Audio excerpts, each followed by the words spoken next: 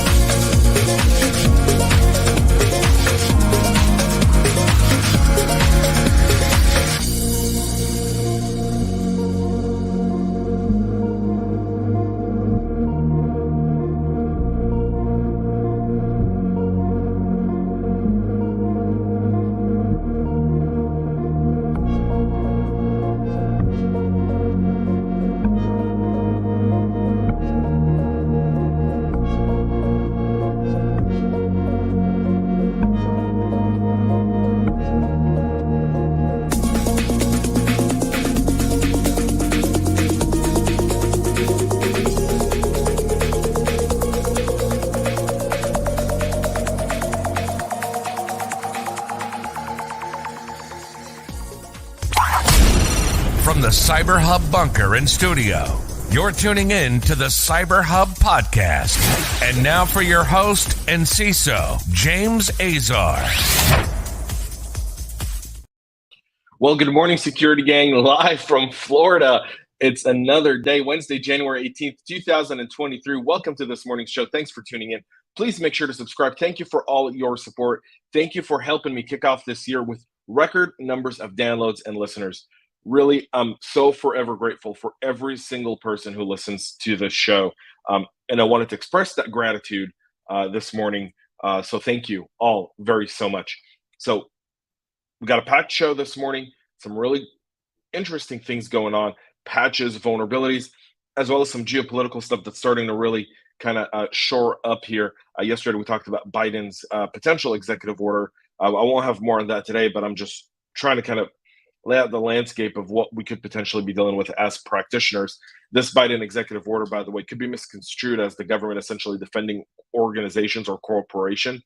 I don't think that's going to be the case. I think the government's going to be looking to have offensive capabilities to prevent major cybersecurity attacks on critical infrastructure and critical services within the U.S. government and then the private sector. So just keep that in mind, because I had a lot of people kind of reach out yesterday and ask me these questions, and I just wanted to be very, very, very clear about that. So packed show, let's get into this morning's show. But before we do, I'm staying at a hotel where there's actually an espresso machine. Now, I didn't bring any cups because I wasn't really sure if they had an espresso machine or not. The website said they did, but I was like, we'll see. But they do give you these like reusable cups. But the espresso machine is magnificent. I mean, I'm wired up. With that being said, thank y'all for tuning in this morning. Join me in a coffee cup cheers with whatever your morning beverage is, and let's talk about cyber. Coffee cup cheers. We'll start this morning's show talking about Oracle's first security update for 2023 that has 327 new patches. 70 of those fix critical severity vulnerabilities. Excuse me about that. Over 200 of the patches resolve security defects that can be exploited remotely without authentication. Some of the resolved bugs impacts multiple products. The highest number of new fixes was released by the tech giant for Oracle Communications at 79. Of these, 63 vulnerabilities are remotely exploitable without authentication, and 19 have a critical severity rating. Oracle's 2023 CPU includes 50 security patches that resolve flaws in Fusion middleware. 39 of the bugs can be exploited by a remote unauthenticated attacker, and 14 are rated critical. Many of the patches were also released for communication applications, 39 patches, including 31 for remotely exploitable without authentication, and for MySQL 37 fixes, 8 for unauthenticated remotely executable flaws. Other Oracle enterprise software that received numerous patches include financial services applications with 16, e-business suite, PeopleSoft database server, supply chain utilities application, constructions and engineering, food and beverage application, support tools, and virtualization. 327 patches to kick off the year for Oracle. It just shows you the shift that needs to happen on the software development side to address this. That's just so critical and something that we really need to spend more time on. And we're starting to see that shift, by the way, but we're still a long way from it. So Oracle, with its challenges, if you're an Oracle customer, you definitely want to make sure you get these, you identify these vulnerabilities, you log these vulnerabilities, you identify the risk of every single one of these vulnerabilities, and then you prioritize the patching based on the risk and business and then business enablement parts of your program. So have that in mind. Microsoft patches 4 SSRF flaws in separate Azure cloud services. 2 of the vulnerabilities, one in Azure Functions and the other in Azure Digital Twins, required no account authentication for an attacker to exploit them. The Microsoft team had fixed the vulnerabilities in 4 separate services of its Azure cloud platform, 2 of which could have allowed an attacker to perform a server-side request forgery attack and thus potentially execute more remote code execution even without authentication to a legitimate account. Researchers from Orca identified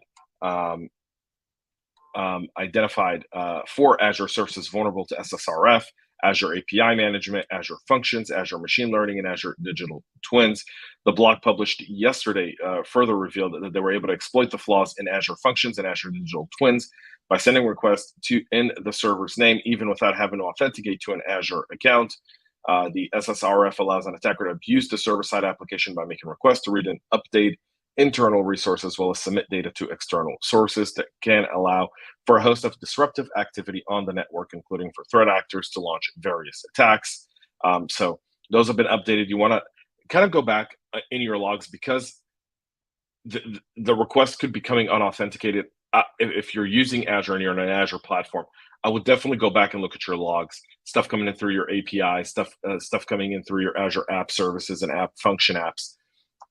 And just make sure there's nothing in there that doesn't seem fishy per se, and just cover, make sure that no one's exploited this while it was available, and then go about your day.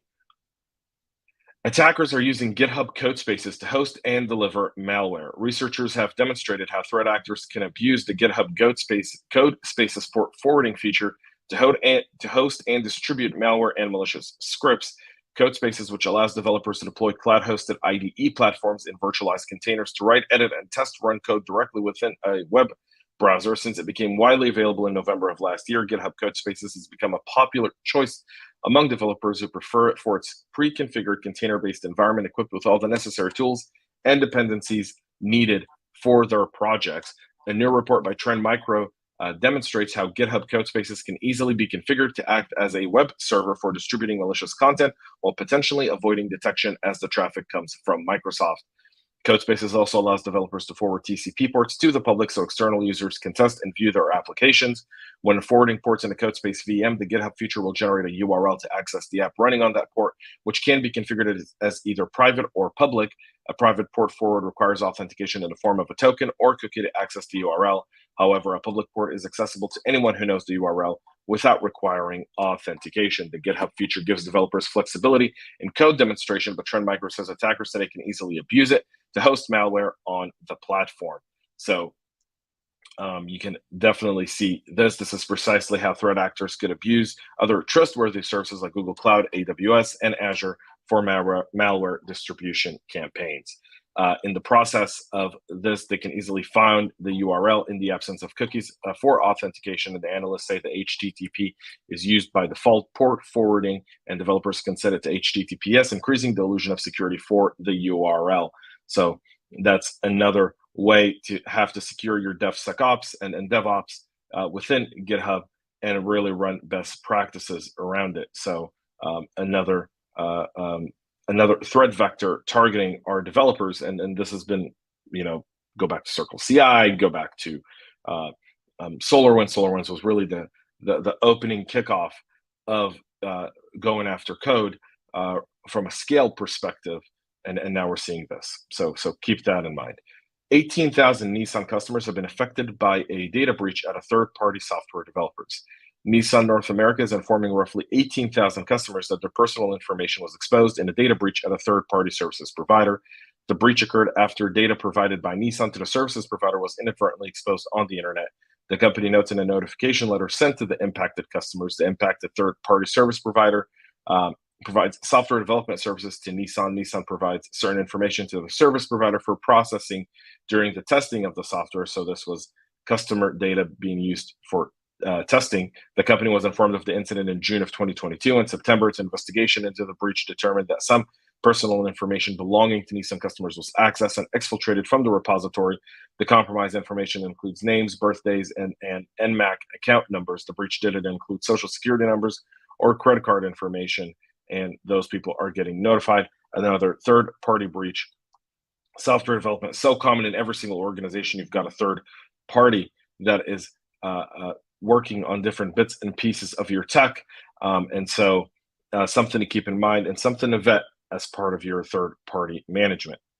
And finally, Iranian government entities are under attack by a new wave of a backdoor diplomacy attacks. The threat actor BackdoorDiplomacy, which has been linked to China, according to Palo Alto Unit 42, which is tracking its activity under Playful Taurus, said it observed government domains attempting to connect to malware infrastructure previously identified as associated with the adversary.